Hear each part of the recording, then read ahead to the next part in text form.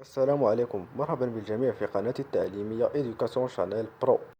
لا تنسوا دعمي بزر لايك إن أعجبتكم حلقتنا اليوم، وتفعيل زر الاشتراك سبسكرايب أسفل الفيديو.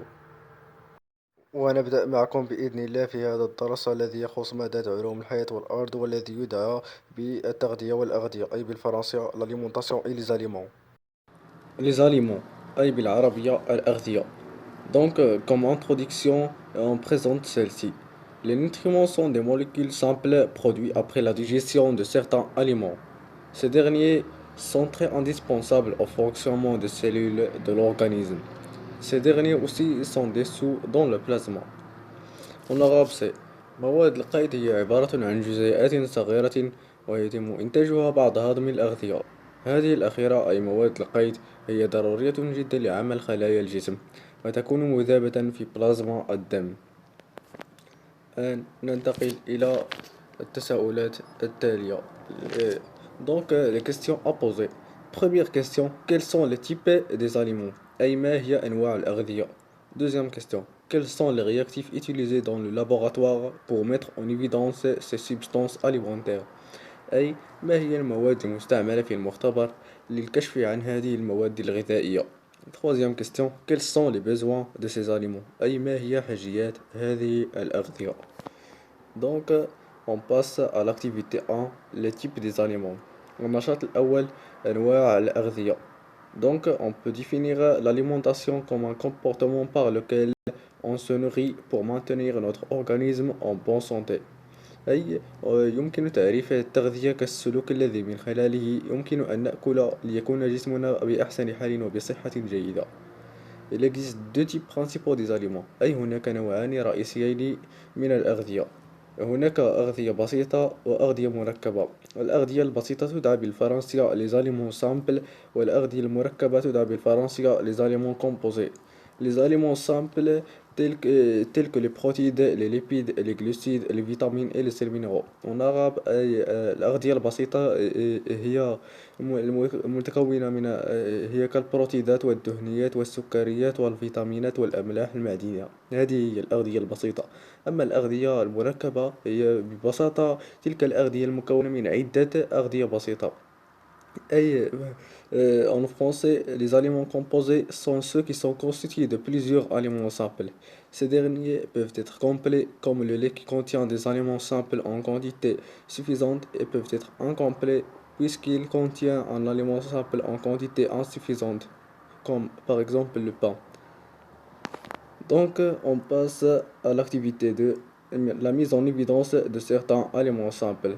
أي الكشف عن بعض الأغذية البسيطة.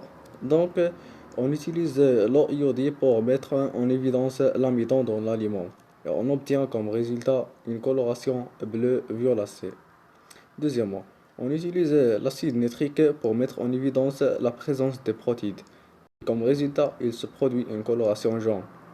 Troisièmement, on utilise la liqueur de félin pour mettre en évidence la présence des sucres simples. Par exemple, de ces sucres, on trouve le maltose, le glucose et le saccharose, etc.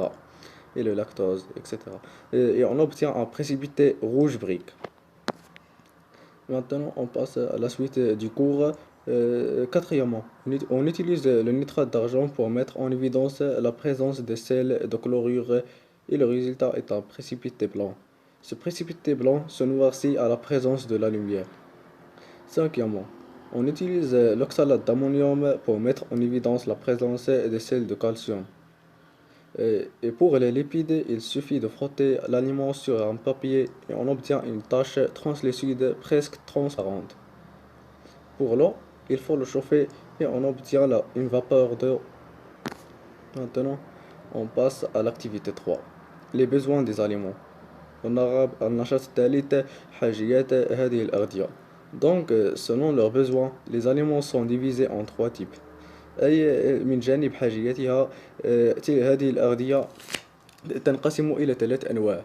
هناك أغذية بانية أي بالفرنسية les aliments bâtisseurs، أغذية وظيفية أي بالفرنسية les aliments fonctionnels، وأغذية طاقية أي بالفرنسية les aliments énergétiques. الأغذية البنية هي بالفرنسية les aliments bâtisseurs tels que les protéines et les vitamines أي كالبروتينات والفيتامينات. الأغذية الوظيفية أي les aliments fonctionnels tels que les sels minéraux et quelques fibres végétaux أي بعض الأملاح المعدنية وبعض الفيتامينات كذلك. والنوع الثالث هو الأغذية الطاقية أي les aliments énergétiques tels que les lipides et les glucides أي هي المكونة من السكريات والدهنيات. الآن ننتقل إلى أمثلة لبعض الأغذية المركبة. Donc, parmi quelques aliments composés, on trouve la poisson, la viande et le poulet. ونرغب الأسماك أو الدجاج واللحم. Les fruits et les légumes أي الخضر والفواكه. Le riz et les céréales أي بعض الحبوب.